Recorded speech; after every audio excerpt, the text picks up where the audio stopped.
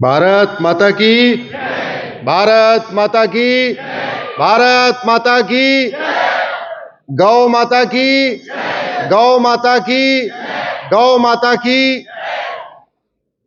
सबसे पहले मंच पर उपस्थित सभी सज्जन, परम आदरणीय हमारे सरकारवा महोदय, सामने उपस्थित सभी वरिष्ठ जन, सभी बहनें, सभी भाई, सबको मैं प्रणाम करता हूं। विशेष रूप से आदरणीय श्याम जी को प्रणाम करता हूं। आपने मुझे बुलाया, आप सबके सामने अपनी बात रखने का अवसर दिया।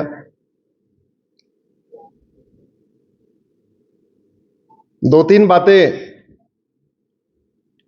जो मेरा विश्वास है उसको शुरुआत में ही कह देता हूं। ऐसी कोई बीमारी नहीं जिसकी कोई दवाई नहीं, ऐसी कोई समस्या नहीं जिसका कोई समाधान नहीं।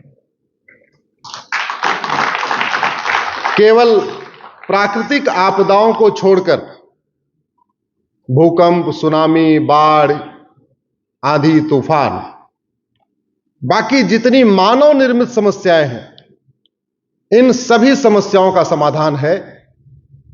अगर कोई समस्या भारत में है, वो सिंगापुर में नहीं है, इसका मतलब वो समस्या लाइलाज नहीं है।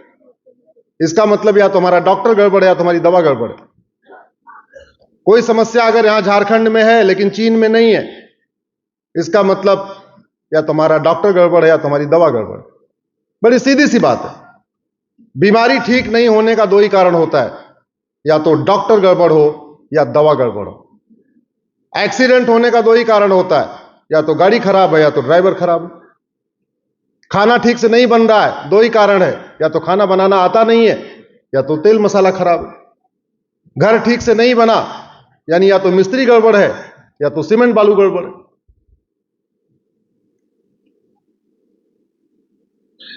मैं मारुति में था तो भारत की समस्याओं की वहां से मैंने वाई एनालिसिस करना शुरू किया। हर समस्या में मैं 5 बार वाई लगाता हूं। Y Y Y Y. घुसपैठ है तो वाई, धर्मांतरण है तो वाई, गौ हत्या है तो वाई, घूसखोरी है तो वाई, जमाखोरी है तो वाई। उसमें 5 बार वाई लगाने की कोशिश करता हूं। और ये मैंने जापान से सीखा, क्योंकि मारुति के साथ जापानीज का बहुत अच्छा टाई अप था। तो उसके बाद मुझे समझ में आया, भारत की कोई समस्या लाइलाज नहीं है, हर समस्या का इलाज है। और एक बात मैंने और भी सीखा, डॉक्टर अच्छा या बुरा नहीं होता, अच्छा और खराब दवा होती है। क्योंकि डॉक्टर शरीर में जाके बीमारी ठीक नहीं करता, बीमारी को दवा ठीक करती है। हमारे सबकॉन्शियस माइंड में चला गया कि डॉक्टर अच्छा होता है, डॉक्टर बुरा होता है। एक्चुअल में दवा अच्छी होती है, दवा खराब होती है। एक बात और कि शुरुआती स्टेज में अगर बीमारी को रोक लिया जाए तो बहुत कम डोज की दवा देनी पड़ती है। अगर वो बीमारी थोड़े लंबे समय तक चलती है तो दवा का डोज भी बढ़ाना पड़ता है। हो सकता है जो 2 दिन दवा खाने से बीमारी ठीक हो जाए, उसके लिए हो सकता है ऑपरेशन भी करना पड़े।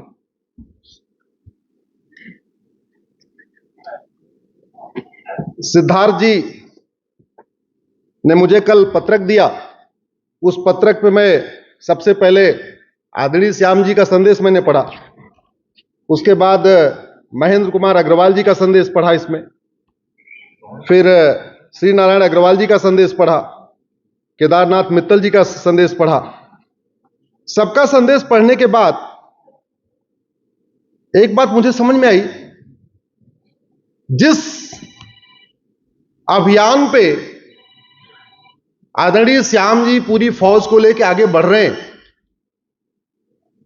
यह अभियान श्याम जी का नहीं है, यह अभियान तो संविधान का है। यह कार्य तो सरकारों का था। पशुपालन को बढ़ाना, ग्राम स्वराज की व्यवस्था को बढ़ाना और विशेष रूप से गौ हत्या को रोकना, यह सरकारों की जिम्मेदारी है, केंद्र की भी, राज्य की भी। और इसी कार्य के लिए पूरा सिस्टम बना हुआ है। मान लीजिए हम एक फैक्ट्री चला रहे, फैक्ट्री में अलग अलग लोग बैठे हुए हैं, सिक्योरिटी गार्ड गेट पे है, फिर अंदर एक अकाउंट डिपार्टमेंट है, अंदर फाइनेंस डिपार्टमेंट है, अंदर एचआर डिपार्टमेंट है, प्रोडक्शन डिपार्टमेंट है, क्वालिटी कंट्रोल डिपार्टमेंट, ऐसे ऐसे अलग अलग डिपार्टमेंट होते, सबका काम बटा हुआ है। तो जो हम सरकार बनाते हैं, जो सरकार चुनते हैं, उनका क्या काम है? उसमें भी काम बटा हुआ है। एक जुडिशरी है, एक कार्यपालिका है, एक न्यायपालिका है, और यह संविधान भारत का है। यह यूरोप या अमेरिका या कुवैत या दुबई का संविधान नहीं है। संविधान कहां का है? भारत का। तो स्वाभाविक सी बात है, जहां का संविधान होता है वहां की संस्कृति का प्रचार प्रसार करना, वहां की सभ्यता का प्रचार प्रसार करना, वहां की परंपराओं को आगे बढ़ाना, यह किसकी ड्यूटी है? केवल समाज की ड्यूटी नहीं है, यह उनकी भी ड्यूटी है जो कहते हैं मैं ईश्वर की शपथ लेता हूं कि मैं संविधान की भावना के अनुसार कार्य करूंगा। और शपथ लेने वाले तीन: सांसद, विधायक, मंत्री और जज, हाई कोर्ट के जज और सुप्रीम कोर्ट के जज। आर्टिकल 48 कहता है यह सरकार की ड्यूटी है वो सुनिश्चित करे कि गाय, गोधन ये बचे, संरक्षित हो, उसकी रक्षा करना भी ड्यूटी, सेवा करना भी ड्यूटी। तो समाज के साथ साथ यह ड्यूटी सरकार की है, जिसको एकल अभियान कर रहा है। नहीं हुआ, क्यों नहीं हुआ? नहीं हो रहा है, क्यों नहीं हो रहा है? यह इसलिए है कि हमारे बच्चों को संविधान पढ़ाया नहीं जाता। हमें सब कुछ पढ़ाएंगे, ऐसी ऐसी बात पढ़ाएंगे जो हमारे काम का नहीं है। मैं इंजीनियर बन गया, वकील बन गया, 50 साल का हो गया, आज तक मुझे sine theta plus cos theta मेरी लाइफ में कभी आया नहीं। A square plus b square is equal to 2ab, इसका मेरे जीवन में कभी उपयोग ही नहीं हुआ। बाबर, हुमायूं, तुगलक, गजनी, गोरी का इतिहास पढ़ाया, मेरी लाइफ में उसका कोई काम ही नहीं है। जो पढ़ाना चाहिए वो नहीं पढ़ाया, और जो नहीं पढ़ाना चाहिए वो सब पढ़ाया। यह दुर्भाग्य की बात है। आशा है कि समय के साथ चीजें बदलेंगी, लेकिन जो कार्य एकल अभियान कर रहा है, शिक्षा को बढ़ाना, गाय को बचाना, इस पे मेरा केवल इतना मत है कि समाज की स्पीड और शासन की स्पीड में बस और जहाज की स्पीड का अंतर होता है। हो सकता है मैं गलत भी हूं, लेकिन फ्रीडम ऑफ एक्सप्रेशन मुझे है, इसलिए अपनी बात कह रहा हूं। मेरा यह मानना है, जो कार्य समाज 100 साल में कर सकता है, वो काम शासन 5 साल में कर सकता है। इसके मैं आपको कई उदाहरण देता हूं। स्वामी रामदेव जी ने योग को 20 साल में जहां तक पहुंचाया, प्रधानमंत्री जी के यूएन में एक रेजोल्यूशन ने उसका कम से कम 50 गुना उसको फैला दिया। फैलाया नहीं फैलाया? दूसरा उदाहरण, 2014 के बाद वही प्रधानमंत्री, वही शासन व्यवस्था, वही सब कुछ, लेकिन कश्मीर में शांति 2019 के बाद बहुत तेजी के साथ आई, क्योंकि 370 चली गई। 2014 से 2000 प्रधानमंत्री भी, शासन व्यवस्था, देश में तो शासन था ही था। अंतर क्या आया? 2023 और 2014 में अंतर यह आया, सब कुछ वही है, बस केवल एक धारा खत्म हो गई। इसका मतलब यह हुआ कि नियम कानूनों को बदल के, जो मेरी अपनी समझ है, व्यवस्था को बदल के आमूल चूल परिवर्तन किया जा सकता है।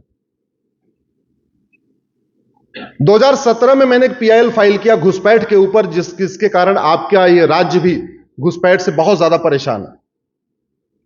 जब मैं इस पर रिसर्च कर रहा था तो मैं असम के बॉर्डर पे गया, बंगाल के बॉर्डर पे गया। वहां जाके पता चला कि 2-2 हजार रुपए में आ रहे हैं, 2,000 रुपए देते हैं, आते हैं और 500 रुपए लेके गाय छोड़ देते हैं। और अभी कुछ दिन पहले एनआईए ने छापा मारा, एक बीएसएफ के कमांडेंट के पास 20 करोड़ रुपए मिला है। वो पैसा किस बात का? घुसपैठियों को अंदर लेने का और गाय को बाहर जाने का। आप लोग गूगल करिएगा, मिलेगा आपको। BSF commandant 20 crore illegal money हवाला की डिटेल मिल जाएगा आपको। बंगाल के बॉर्डर पे पकड़ा गया बीएसएफ कमांडेंट। हमारी संस्कृति, हमारी सभ्यता, सनातन धर्म के लिए जो सबसे बड़ा खतरा है वो है भ्रष्टाचार। और मैं कहता हूं भ्रष्टाचार को 1 साल के अंदर जड़ से खत्म किया जा सकता है, 1 साल के अंदर। बहुत इसमें रॉकेट साइंस नहीं है। हम लोग मिसाइल बनाते हैं, ब्रह्मोस, अग्नि, क्या रोज रोज चलाने के लिए बनाते हैं क्या? जोर से बोलिए जरा। हमने परमाणु बम बनाया, चलाया क्या? नहीं। सबने परमाणु बम बना रहा है, कोई चला रहा है क्या? सबके पास राफेल भी है और भी बड़े बड़े बम वर्षक हैं। हाँ, थोड़ा गाजा पट्टी में आजकल चल रहा है, बाकी जगह चल रहा है क्या? गाजा पट्टी में थोड़ा उसका यूज हो रहा है। इनफैक्ट इस संविधान का जो लक्ष्य है ना, वो है राम राज्य की स्थापना। और मेरा यह मानना है, अगर इस पूरे संविधान को 4 शब्दों में कहें तो सरकार की ड्यूटी है वो ऐसे व्यवस्था, ऐसे नियम कानून बनाए जिससे धर्म की, जोर से बोलिए, ये सरकार की ड्यूटी है वो ऐसे नियम कानून बनाए जिससे अधर्म का, ये सरकार की ड्यूटी है वो ऐसी शिक्षा व्यवस्था स्थापित करे जिससे प्राणियों में, और ये सरकार की ड्यूटी है ऐसी आर्थिक नीति बनाए, ऐसी व्यापार व्यवस्था बनाए जिससे विश्व का।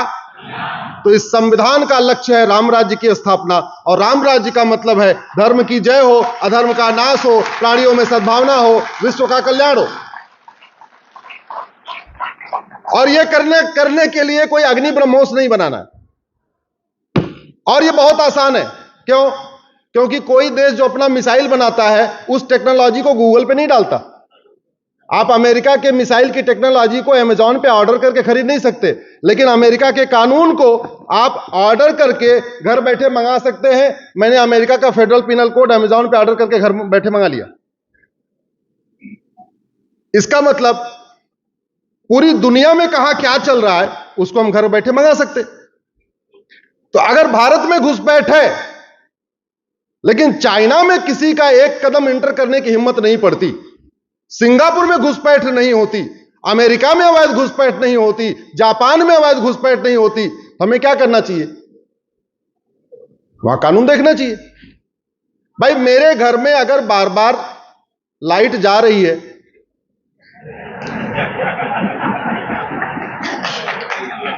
मेरे घर में अगर बार बार लाइट जा रही है तो इसका मतलब हमारे घर का इलेक्ट्रीशियन गड़बड़ है जिसने वायरिंग किया, या तो हमारे घर का वायर खराब है।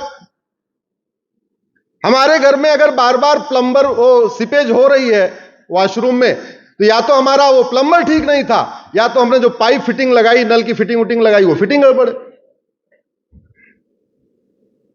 जब मैं घुसपैठ पे रिसर्च कर रहा था तो पता चला घुसपैठिए 2,000 रुपए दे के अंदर आते हैं, कॉमन सर्विस सेंटर पे जाके 2,000 रुपए में आधार बनवा लेते हैं।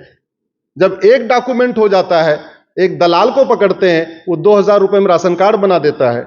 जब 2 डॉक्यूमेंट हो जाता है, फिर एक दलाल को पकड़ते हैं, 2,000 रुपए में बर्थ सर्टिफिकेट बनवा लेते हैं। जब 3 डॉक्यूमेंट होता है, फिर एक दलाल को पकड़ते हैं, 3 से 3,000 रुपए में ड्राइविंग लाइसेंस बनवा देता है। जब 4 डॉक्यूमेंट हो जाता है, तब वो जाके बैंक में खाता खुलवा लेते हैं। इस बीच में इलेक्शन आता है, कोई ओट जीवी और नोट जीवी नेता से मिलते हैं। वो ओट जीवी नेता उनको चारों डॉक्यूमेंट के साथ उनका बीएलओ से बात करके उनका वोटर आईडी में नाम जुड़वा देता है। जब 5 डॉक्यूमेंट हो गया, वोटर आईडी में नाम हो गया, वोट भी दे रहे हैं, और आप सबके टैक्स के पैसे से मुफ्त मकान भी ले रहे हैं, मुफ्त दुकान भी ले रहे हैं, मुद्रा लोन भी ले रहे हैं, हाउसिंग लोन भी ले रहे हैं, राशन भी ले रहे हैं, स्टाइपेंड भी ले रहे हैं, फ्री का स्कूल, फ्री में एडमिशन ले रहे हैं, फ्री में बिजली भी ले रहे हैं, दिल्ली में फ्री में पानी भी ले रहे हैं। ये करप्शन कितना खतरनाक है। और 2017 में मैंने एफिडेविट पे सुप्रीम कोर्ट को बताया है कि 5 करोड़ तो आ चुके हैं। 2023 हो गया, अब तो 5.25 करोड़ हो गए होंगे।